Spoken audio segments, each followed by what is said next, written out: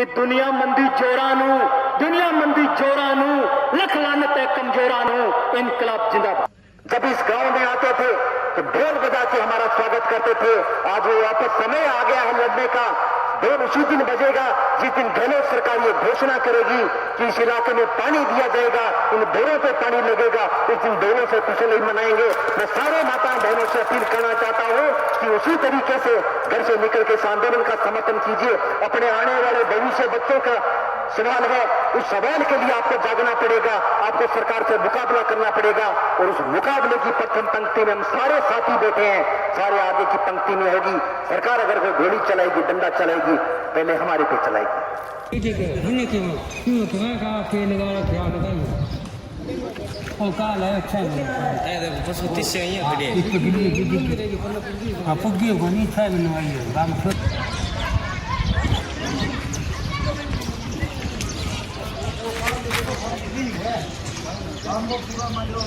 जब आप मेले बना के भेज दिया, 33,000 बोर्ड दिया, फिर टिकट मिली, बेस फिर मिली, वो उन्होंने कुछ नहीं किया। लेकिन वो जब दूसरी बार उगाड़ में आए ना, तो उनसे हिसाब लो। इस बात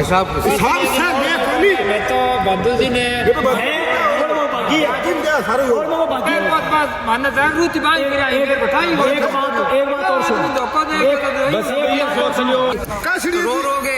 बाद में क्या हो गए, बाद में क्या लार कर पानी टप जाए। साल हो गया, 50 साल हो गया, खेत गुजरात पानी मार दियो और आप पर न देखे नहीं कौन मिले, ऊपर कर देख बोला लो। और सिर्फ आज तक तो अपनी मूर्खता ही, लेकिन अब सिर्फ आपनो जो को धैर्य है, इनको परीक्षा लेने लग रही है सरकार। सारा नौजवान साथी, सारा बुजुर्ग है, बन सारा बुजुर्गन कहना चाहूँ, थारा आंखिया देखता थे चाहूँ क्या ये एरिया के अंदर पानी आवे तो घर घर ढूंढते दोगा थे खुद कि पल्लू भी जानो है।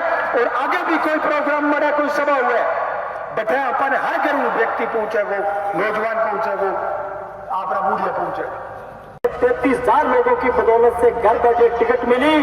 और टिकट के बाद में जब 26,000 वोटों से यहाँ से वो जनप्रतिनिधि के तौर पे विधानसभा में पहुंचे, तो पूरे इलाके के अंदर उस जीत की खुशी के साथ इस बात की भी भारी आशा और खुशी का माहौल था कि अब सही मायने के अंदर हमने जिस नुमाइंदे को चुन के भेजा है वो ये भागीरथी लेके आएगा और हमारी बात विधानसभा के अंदर रखेगा और उनकी सरकार भी बनी।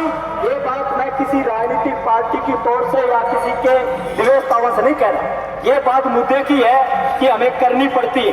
इसलिए करनी पड़ती है कि हमें भारी निराशा इस बात की कि हमने जिसमें भी भरोसा किया उसने भी हमारी ये पेट से जुड़ी बात को सिरे नहीं लगाया।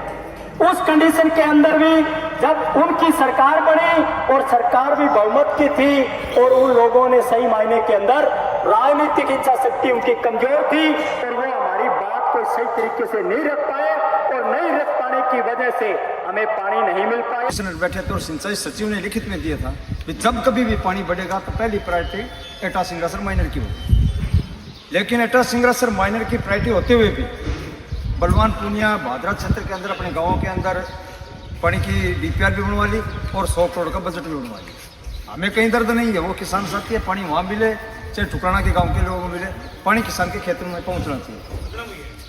दर्द हमारा ये है कि जब हमारे साथ लिखित में समझौता हुआ है और सरकार ने किए, किसी मंत्री विधायक ने नहीं किए, शासन सचिव ने किए, मुख्य सचिव ने किए, उस समझौते के आधार पर जब उनसे बात की तो उन्होंने इस बात करने से बात को तवज्जो नहीं दी। अंत में थक हार कर वो साइंस सर की टंकी पर हमारे साथी चढ़े। सरकार ने रात को 11 बजे 12 बजे कलेक्टर साहब ने बात की और उन्होंने फिर आश्वस्त किया कि आपकी कमेटी बनाएंगे और इस पर हम गंभीरता से विचार करें। उस टंकी के उतरने के बाद सरकार के वही ढाल के 3 पाप और वही गुमराह करने वाली बात आखिर के अंदर सब साथियों ने तय किया।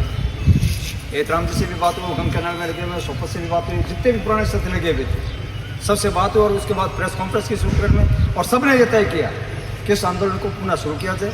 आंदोलन इस बार थोड़ा अलग इसलिए है कि पहले हम 54 गाँव के लोग लड़ते थे, सुई ब्रांच के लोग अलग लड़ते थे। इस बार सब ने सुई ब्रांच के लोगों ने और एटा सिंगरासर माइनर के 54 गाँव ने 100 गाँवों के अंदर एक गाँव की महापंचायत पल्लू में बढ़ेगी। उस पल्लू की महापंचायत में हम तय करेंगे कि इस आंदोलन का रुख क्या रखें। हम हमारा हक मांगते, नहीं किसी से भीख मांगते। इंकलाब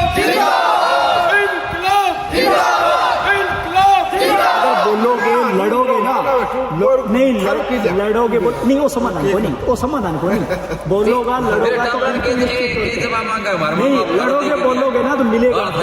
तो लड़ के देख लिंदो कासनिया जी कासनिया रो जी रोगे और बाद में क्या होगा, बाद में क्या लार कर पानी टप जाए ठाक हो जाता। वो जब बावे नहीं जब बाबा सवाल करो सवाल सवाल करो।